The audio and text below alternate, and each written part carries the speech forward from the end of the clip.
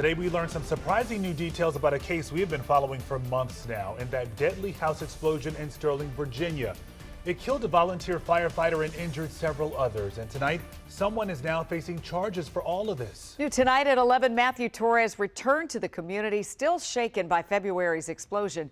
And he also pored over court documents to find out what investigators know.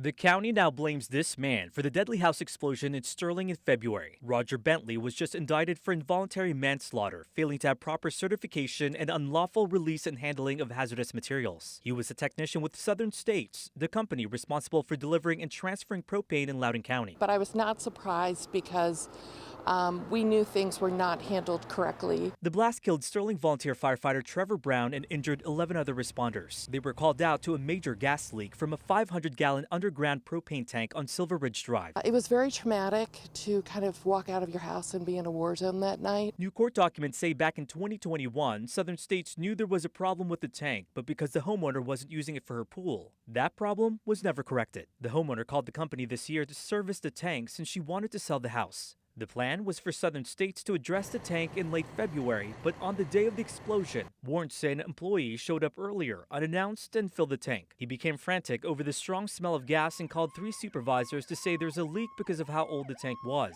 suggesting to dig it up or remove the rest of the propane. Bentley arrived around 4:30 p.m. and suggested they let the tank leak the propane out and, quote, let it seep on the ground and be on their merry way. 4 hours later, the house exploded. And the fact that they did not come out that night and she had to rely on the fire department coming out, we knew there were missteps. Southern States released a statement saying, we have made what we believe to be appropriate personnel changes in the region and are moving forward with a renewed commitment toward ensuring that our procedures and training are rigorous and sound, reflecting our otherwise stellar safety record. The HOA president, though, says the company needs to share the blame.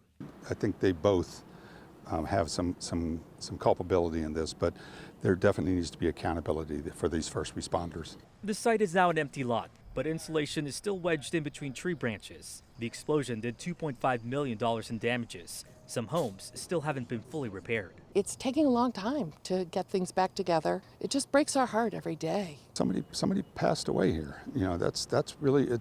We just can't get over that. In the meantime, the community is rallying together once again, trying to raise enough money to hopefully transform this now empty land into a memorial park honoring Trevor Brown and the firefighters. In Sterling, Matthew Torres, WUSA 9.